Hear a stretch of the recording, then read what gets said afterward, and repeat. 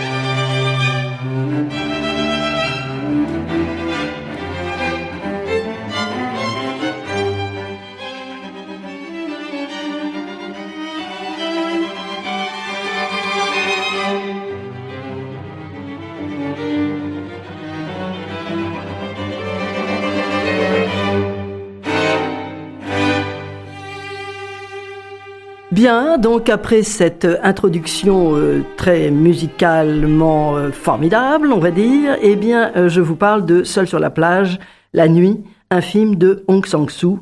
Tous les films de Hong Sang-soo sont toujours des petits événements. Il a une façon très à lui de filmer, avec souvent des grands plans séquences fixes. Et c'est très étrange parce que il filme des personnages qui parlent.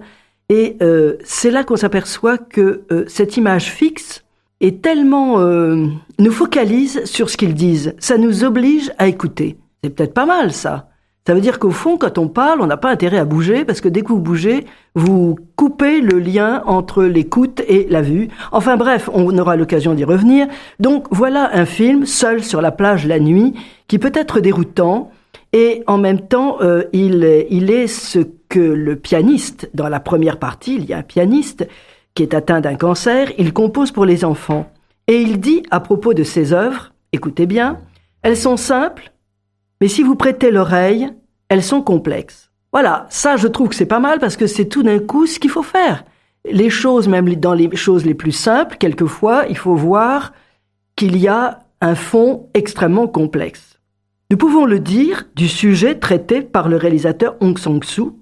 J'ai presque envie de dire, même d'ailleurs dans tous les films qui sont traités, enfin toutes les histoires qui sont traitées par Hong Sang-soo, ici, c'est-à-dire l'amour, mais aussi dans la construction de son film, oui, on peut le dire dans la plupart de ses films, car il s'agit bien de l'histoire d'une femme, je parle du film Seul sur la plage la nuit, c'est l'histoire d'une femme qui est d'abord présentée en plan rapproché, de dos, puis la caméra recule, pour nous la montrer avec une amie qui était off.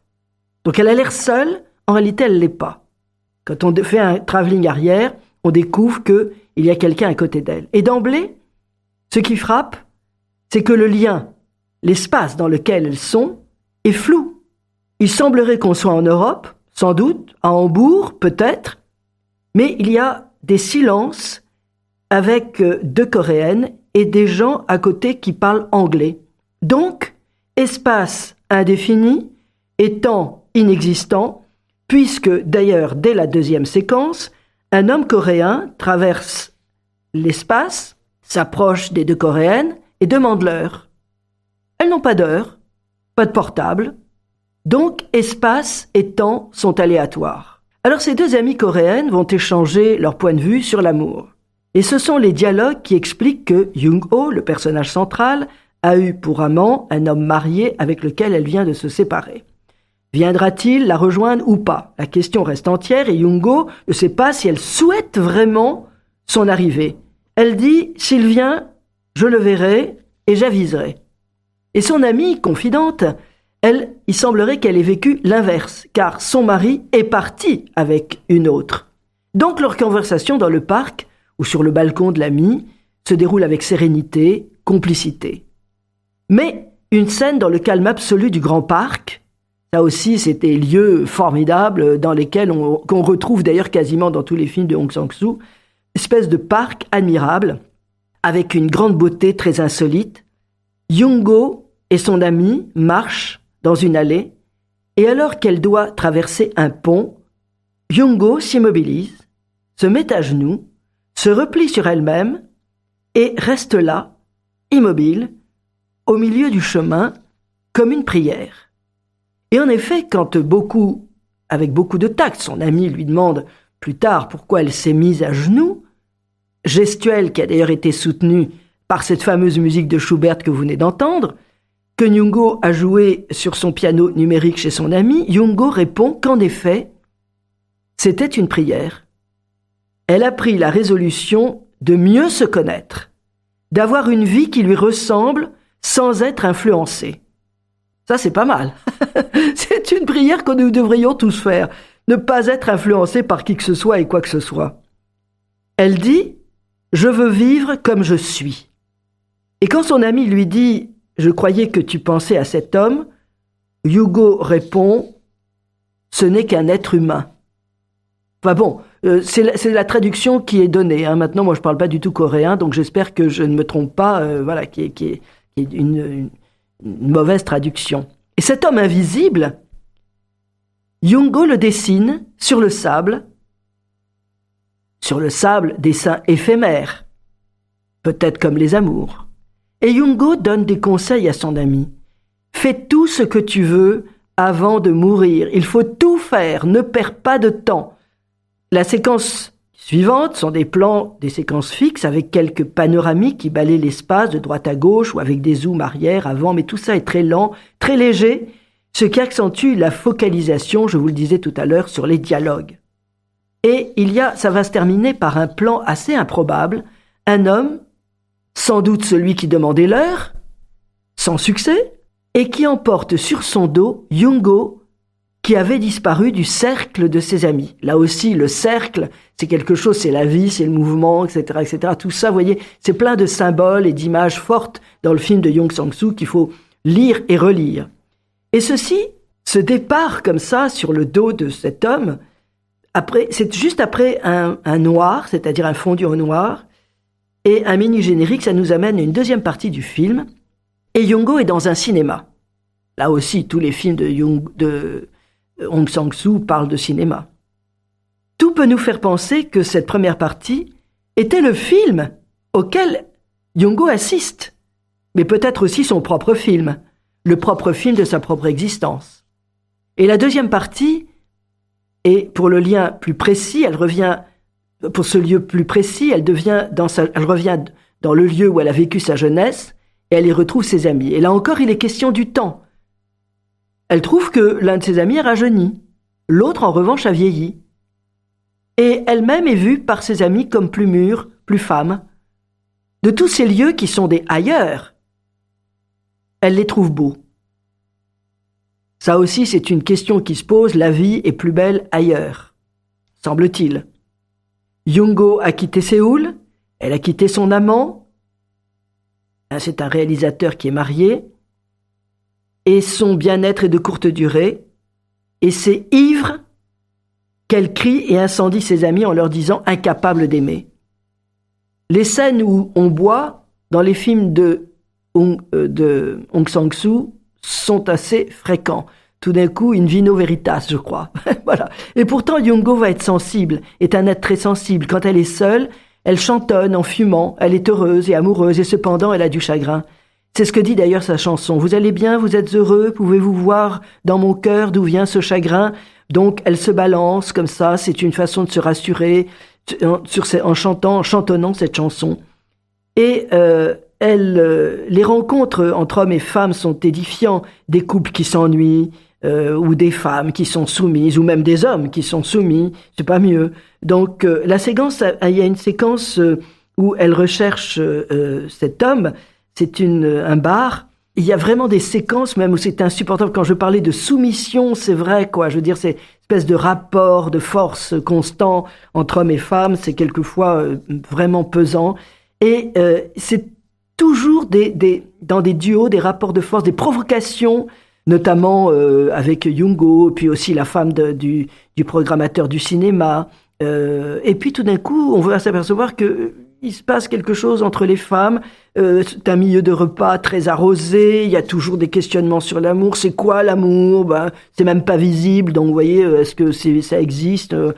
Et d'ailleurs, il y a un moment, il y a cette pauvre Yungo qui on lui dit, comme tu peux pas aimer, tu t'accroches à la vie. Ça, c'est intéressant aussi. Et puis tout d'un coup va se créer une espèce d'amitié un peu saphique, jouée entre les deux femmes, qui répondent par voilà, dépouille-toi de tout, ton amour malade, dépouille-toi, ça c'est une chanson, je crois, ou un poème qui est dit de Park Jong-ho, dépouille-toi de tout, ton amour malade, dépouille-t'en, la nostalgie qui s'accroche à toi, dépouille-t'en. Ben oui, peut-être, mais c'est pas toujours facile. La douleur sans fin de la séparation et l'angoisse des retrouvailles, jette-les sans regret, dépouille-toi de tout, laisse le vent les emporter. C'est magnifique. Voilà, nous sommes dans une belle poésie. Évidemment, donc, phrase qui souligne le mal-être de tous et le désir de vivre quelque chose de passionnant qui est pas toujours assouvi. Et la troisième partie du film, qui poursuit la seconde d'ailleurs, on est au bord de la mer, avec, à travers des grandes baies vitrées, un homme qui ressemble au personnage qui demandait l'heure et qui lave les carreaux. Et il n'en finit pas de laver les carreaux. Ça, c'est intéressant parce qu'il veut y voir clair. Ben oui, nous aussi, tout est symbole dans le film.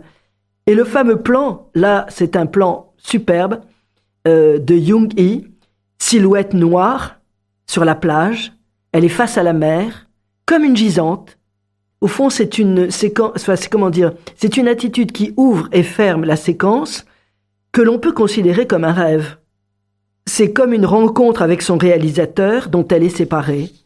Et dans ce rêve, elle existe par les techniciens du film qu'ils vont tourner, puisque son mari est réalisateur, et on apprend évidemment qu'elle était une actrice adulée, mais qu'elle a mis son métier en veilleuse à cause de sa relation avec ce réalisateur avec lequel elle a fait un bout de chemin. Vous voyez, là encore, amour, soumission, etc., etc. On y est en plein, quoi. Voilà, donc c'est lourd, quoi. Et dans son rêve, Young-hee se retrouve devant son réalisateur, son ex-amant.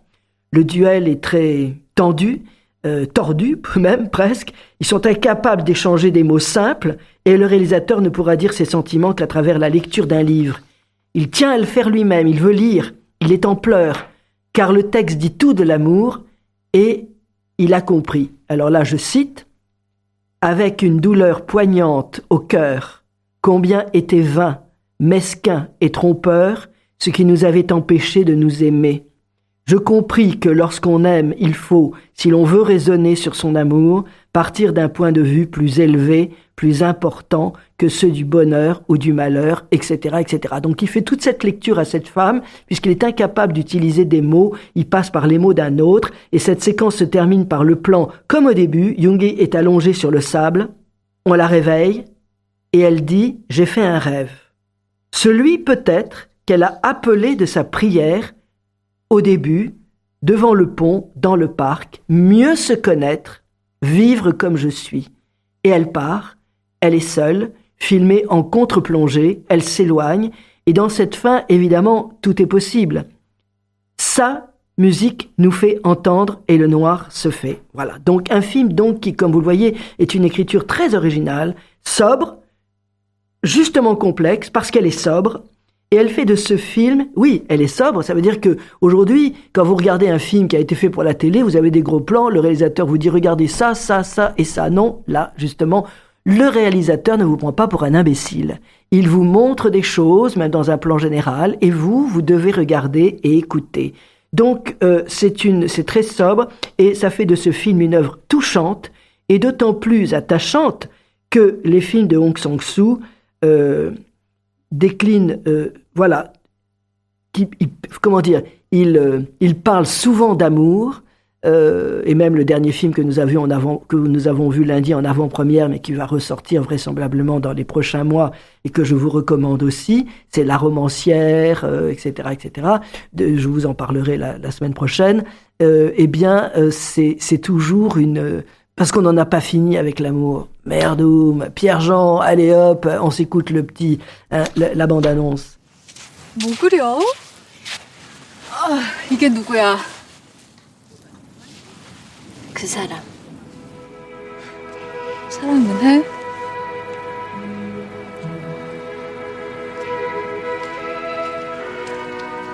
왜 헤어진 거야? 유부남이라며. 근데 어떻게 온다고 그러는 거야? 언제 온대? 아주 돌아온 거야? 야, 소문 다 들었어? 너 그 유부남하고 바람 피워서 뭐 잠수 타다가 외국 나왔어 뭐 그런 거 다 들었어. 근데 진짜야? 잘 지냈어? 어떻게 됐어? 아니 잘 지냈냐고. 야, 거기 남자 어떠니? 좋지 않았니? 여기 남자들보다? 몸은 좋죠. 거기도 크고. 너 왜 모른 척하니? 너 몇 살이더라? 내가 무서워? 왜 사람을 피해? 너 몇 살이더라 진짜? 아주 돌아온 거야? 너 배 아프니? 뭐 먹을까? 근데 그 사람 영화 안 만든대? 안 만들어? 왜 소식이 없어? 그냥 입 좀 조용히 하세요. 다 자격 없어요. 다 비겁하고 다 가짜에 만족하고 살고 다 추한 짓 하면서 그게 좋다고 그러고 살고 있어. 다 사랑받을 자격 없어요. 어떡하니? 응? 누가 너를 사랑할까?